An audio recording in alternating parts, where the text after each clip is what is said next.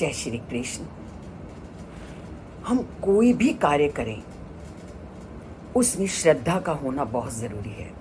और श्री कृष्ण ने पीछे श्रद्धा के महत्व को बहुत विस्तार से वर्णन किया और उसी तथ्य को लेकर के वो आज इस अध्याय का अंत करते हैं। आप संसार में क्या देखते हो?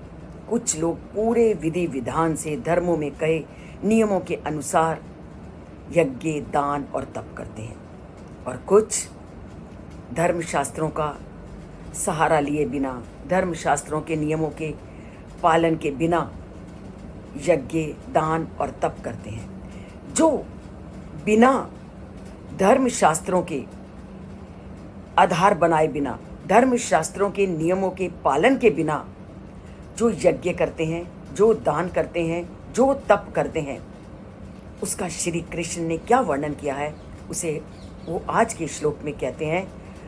आश्रद्ध्या हुतम दत्तम तपा तप्तम कृतम च यत्। आश्रद्ध्या हुतम दत्तम तपस्तप्तम कृतम च यत् असद इत्ते उच्यते पार्थ ना च तत् प्रेते ना इह। वो अर्जुन को क्या कहते हैं कि जो भी यज्ञ, कर्म या तप बिना श्रद्धा के किए जाते हैं वो सब असत कहलाते हैं। आश्रद्ध्या हुतम दत्तम तपस तप्तम कृतम च यत्। बिना श्रद्धा के तुमने जिस यज्ञ को किया, जिस तप को किया, जिस दान को दिया, वो असत कहलाता है। और ऐसा तप, ऐसा यज्ञ और ऐसा दान ना तो तुम्हें इस लोक में फल देगा और ना प्रेते मर जाने के बाद तुम्हें फल देगा। अर्थात तुम्हारे द्वारा किया गया वो यज्ञ, वो दान और वो तप पूरी तरह से व्यर्थ है। और ये बात श्री कृष्ण ने पीछे के भी श्लोकों में पूरे विधि विधान के साथ वर्णन किया कि मैं कठोर तप कर रहा हूँ, मैंने पूरा दिन जल का सेवन नहीं किया, पर मेरी मानसिक जो धारा है वो बुराई की ओर जा रही है, मानसिक चिंतन मेरा सही नहीं है। तो मैंने जो इतना कठिन तप उस परम पिता परमात्मा तक पहुँचने के लिए किया, मेरा वो तप पूरी तरह से व्यर्थ है।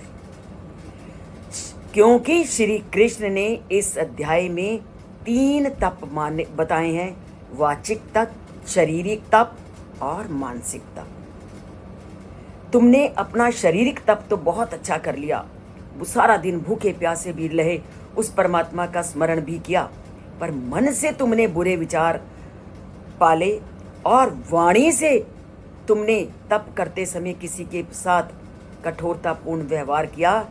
तुम्हारा वो जो किया गया तप है ना यहाँ सफल है और ना परलोक में सफल है।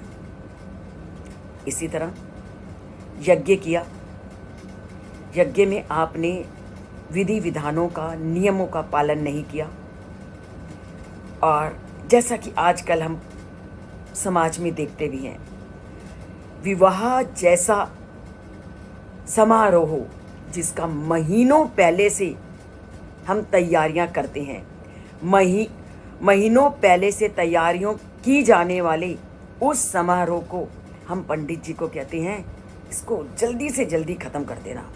और यहाँ तक कि दूल्हा दुल्हन पंडित को पैसे तक दे देते हैं कि इस विधि को तुम जल्दी से जल्दी ख़त्म करना।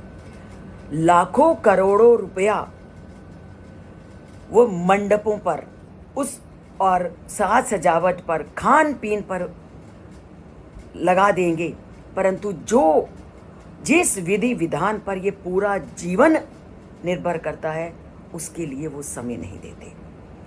जिस समारोह की तैयारी के लिए वो महीनों का समय दे देते हैं, उस समारोह पर सारे जीवन की नींव खड़ी है, उसके लिए विधि विधानों का पालन करने पर वो जल्दी मचाते हैं। तो क्यों आज के जीवन में परिवार टूट रहे हैं? क्यों आज के जीवन में अधिक तक विवाह के बंधन टूट रहे हैं? कारण मुझे बताने की ज़रूरत नहीं, आप स्वयं मेरे इन कथनों से जानिए और समझिए। क्योंकि हम किसी भी नियम का पालन नहीं करते, हम बिना नियमों के अपनी दिनचर्या को चलाते हैं। तो हमने इतना बड़ा शादी जैसा अनुष्ठान किया, लाखों में पैसा लगाया, महीनों भर इसके लिए समय दिया, पर जो समय जहाँ देना चाहिए था वहाँ पूरी तरह से कटौती की, तो हमारे जीवन को कैसे बना देगा? आप प्रतिदिन देखते भी हो, सुनते भी हो और जानते भी हो। उसी तरह दान देना है तो पूरी श्रद्धा के साथ, पूरी निष्ठा के साथ, जैसा श्री कृष्ण ने कहा, देशे काले पात्रे च यत् दत्तम दानम तत् सात्विकम उच्यते, कि तुमने अगर देश के अनुसार, काल के अनुसार और पात्र के अनुसार दान दिया है, तुम्हारा वही दान सात्विक दान है। पात्र के लिए श्री कृष्ण ने बहुत महानता दी। किसी मदिरा पान करने वाले को अगर आपने सहायता कर दी तो वो आपका पात्रिक दान नहीं है, सुपात्र दान नहीं है। और कोई बहुत कष्ट में है, आपने उस समय उसकी सहायता नहीं की और बाद में आपने उसके साथ मित्रता निभाई, तो वो समयानुसार दान नहीं है। ऐसे ही आपने देश, आप बाहर हो, आपको किसी चीज़ की ज़रूरत पड़ गई, आपसे किसी ने आपकी सहायता मांगी और आपने नहीं की, तो वो भी आपके द्वारा देशा अनुकूल किया गया दान नहीं है। तो दान भी आपने पूरे विधि विधान से देना है, नहीं तो वह दान भी तुम्हारा असत की श्रेणी में आ जाएगा। और अगर तुमने समय के बाद, स्थान के बाद या कुपात्र को दान दे दिया, तो तुम्हारा वो दान, जिस उद्देश्य से तुमने दान दिया है, वो दान भी निरर्थक है। तो श्री कृष्ण ने इस अध्याय के अंतिम श्लोकों में हम जीवन में जो जो करते हैं को हमने कैसे करना है, उन्होंने पूरे नियम हमारे सामने रख दिए।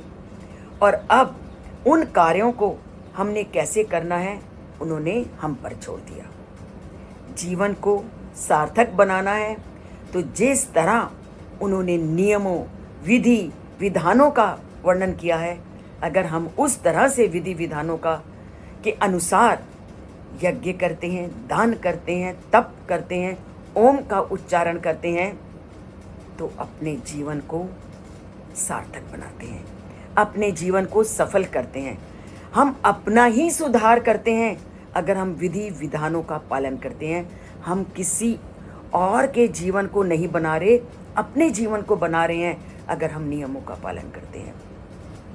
और नियमों का पालन बड़ी दृढ़ता के साथ करना है।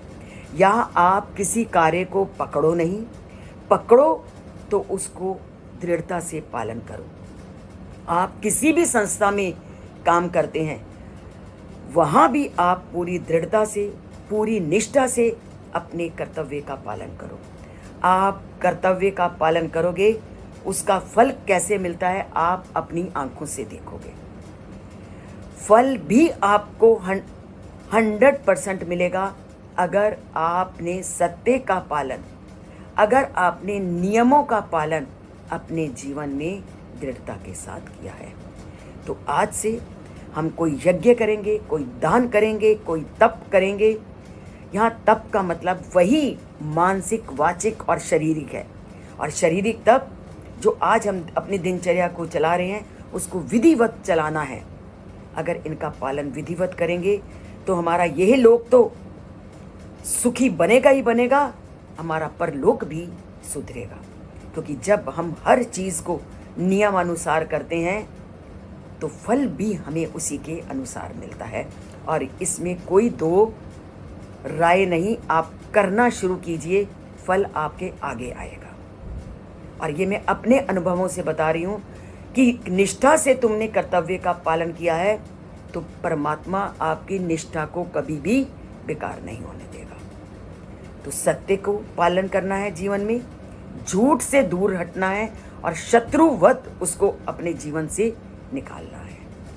और ये तभी होगा, चैनल से जुड़ोगे तो होगा, क्योंकि बातों के सुनने का भी असर हमारे मनोमस्तिष्क में पड़ता है। तो सब्सक्राइब नहीं किया तो एक बार चैनल को सब्सक्राइब कर दीजिए। इच्छा करे तो लाइक कीजिए, नहीं करे तो छोड़